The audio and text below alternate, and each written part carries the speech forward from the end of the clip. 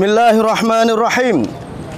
Ayyuhal muslimun, la takun min haula'i alladhina ishtaku minhum Rasulullah sallallahu alaihi wasallam fi hajril Qur'an kama qala Allah Ta'ala fi kitabih wa qala ar-rasul ya Rabb inna qaumi ittakhadhu hadzal Qur'ana mahjura wa min ashkali difa'ina lid-din wa nusratil Qur'anil Karim nahnu jama'ati syiar muhibbati subh Madinah Laksmawi Aceh Indonesia innana nadinu bisyiddatin ala al-hadithati harqil Qur'ani wa ihanatihi bi'tibari annahu al-kitab al-muqaddasi lil ummati al-islamiyah jam'a min qibali ayyi shakhsin wa fi ayyi waqtin wa la'ana Allahu man ishtaraku minkum fi hadha al-amal aynama kuntum wa kayfama kuntum wa min ayyi shakhsin.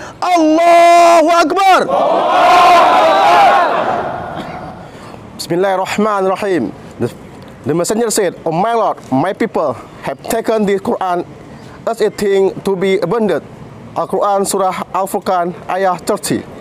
As a form of defense, we are Jamaah Syiar Muhibbah Subuh Laksmawi Aceh Indonesia strongly condemn the burning Indonesia and destruction of the Al-Quran, the Islamic Ummah Hollywood.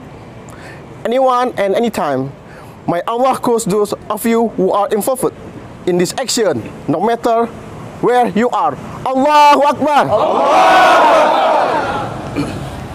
Assalamualaikum warahmatullahi wabarakatuh. Waalaikumsalam warahmatullahi wabarakatuh. Kami dari Jamaah Syiar Muhibbah Subuh SMS Kota Laksmawi dengan ini menyatakan mengecam keras, mengutuk tegas tindakan pembakaran dan pengerusakan Al-Quran sebagai kitab suci umat Islam seluruh dunia oleh siapa saja dan kapan saja. Semoga Allah menghukum kalian yang terlibat di dalam aksi tersebut dimanapun kalian berada. Amin ya rabbal alamin. Allahu Akbar. Allahu Akbar. Allahu Akbar.